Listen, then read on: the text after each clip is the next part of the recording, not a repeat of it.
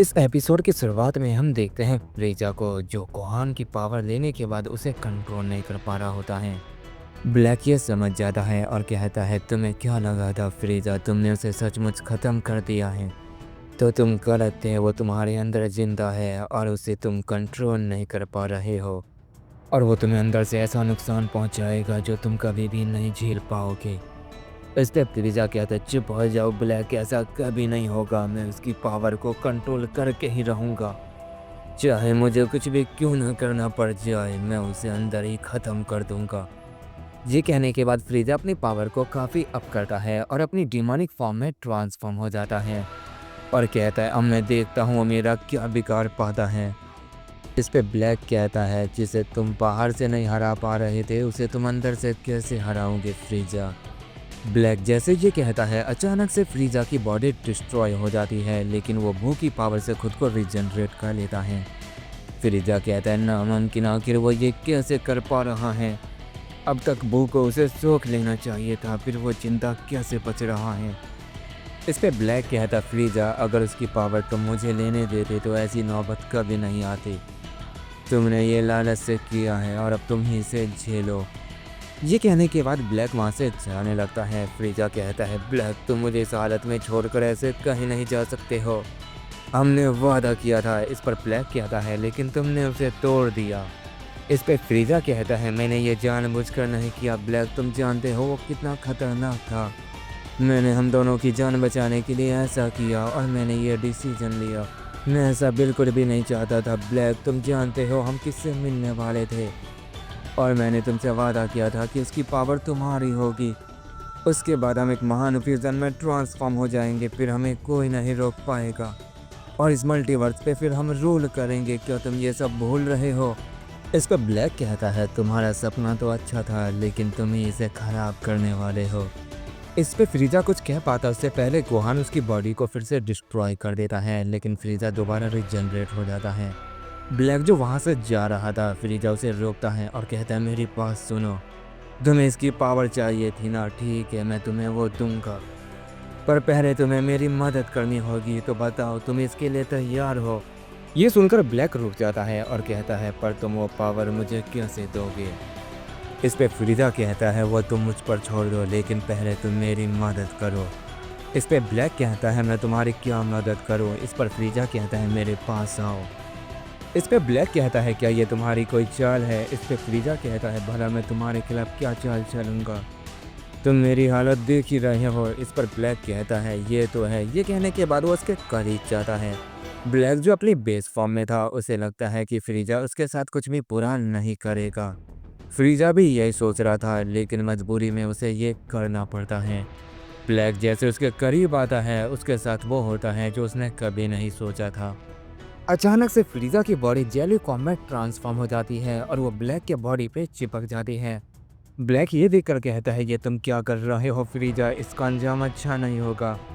इस पर फ्रीजा एक स्माइल करता है और कहता है अगर मैं ऐसा ना करूं तो इससे भी बुरा मेरे साथ हो सकता है ब्लैक, और तुम ही तो चाहते थे कि तुम्हें उसकी पावर मिल जाए, तो मैं तो तुम्हारी मदद कर रहा हूँ। ये सुनकर ब्लैक काफ़ी गुस्सा हो जाता है और कहता है तुम ऐसे नहीं मानोगे, तुम्हें मारना ही होगा। ये कहने के बाद ब्लैक अपनी पावर को अप करने की कोशिश करता है, लेकिन वो जैसे अपनी पावर को बढ़ाता है उसकी पावर गायब हो जाती है। ब्लैक कहता है ये तुम मेरे साथ क्या कर रहे हो। इस पे फ्रीजा कहता है मैं वही कर रहा हूँ जो गोहान मेरे साथ कर रहा है, तुम्हारी पावर को बढ़ने से रोक रहा हूँ। ब्लैक कहता है अब मैं तुम्हें नहीं छोड़ूंगा। ये कहने के बाद वो अपनी डिवाइन फॉर्म में ट्रांसफॉर्म होने की कोशिश करता है, पर वो ऐसा भी नहीं कर पाता है। वो समझ जाता है कि उसके साथ कुछ बुरा होने वाला है और उससे पहले ही ब्लैक को कुछ करना होगा। वो सोच ही रहा होता है कि अचानक से फ्रीजा उसकी पूरी बॉडी पे कंट्रोल कर लेता है और हम देखते हैं तभी अचानक से वहाँ पर एक तेज़ रोशनी फैलती है। ऐसा लगता है कि ब्लैक अपने नए फॉर्म में ट्रांसफॉर्म हो गया है, लेकिन जैसे वो रोशनी हटती है उसका उल्टा होता है। वो सब के सब आपस में मिल चुके थे और वो सब एक नए फॉर्म में ट्रांसफॉर्म हो जाते हैं। ब्लैक अपने हाथ की तरफ देखकर कहता है ये ताकत तो सच में कमाल की है, तुमने ये मेरे साथ क्या किया फ्रीजा। इस पे फ्रीजा कहता है तुम्हें पावर चाहिए थी ना, मैंने वो तुम्हें दे दी।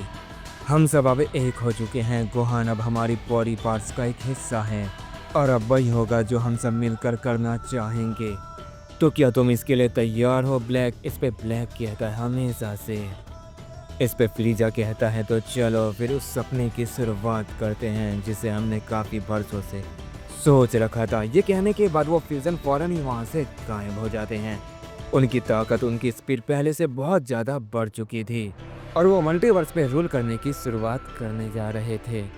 वहीं इसके बाद हम गोकू को देखते हैं जो कि होज़ारो से फाइट कर रहा था और उनके बीच काफ़ी खतरनाक फाइट हो रही होती है। वो दोनों लगातार एक दूसरे के ऊपर अपने अटैक किए जा रहे थे जिस वजह से वो पूरी डीमन वर्ल्ड कांप रही होती है। डोज़ा मारा जा चुका था, ज़ोमा रोहा से फाइट कर रहा होता है। उन चारों को देखकर ऐसा लग रहा था कि अगर वो इसी तरह लड़ते रहे तो वो पूरे मल्टीवर्स में सब कुछ खत्म कर देंगे। होज़ारो कहता है मैंने पहली बार डीमन वर्ल्ड को इस तरह कांपते हुए देखा है। मैंने आज तक जितने भी वॉरियर से फाइट की है सबको इसी जगह पर मारा है, लेकिन आज से पहले ऐसा कभी नहीं हुआ।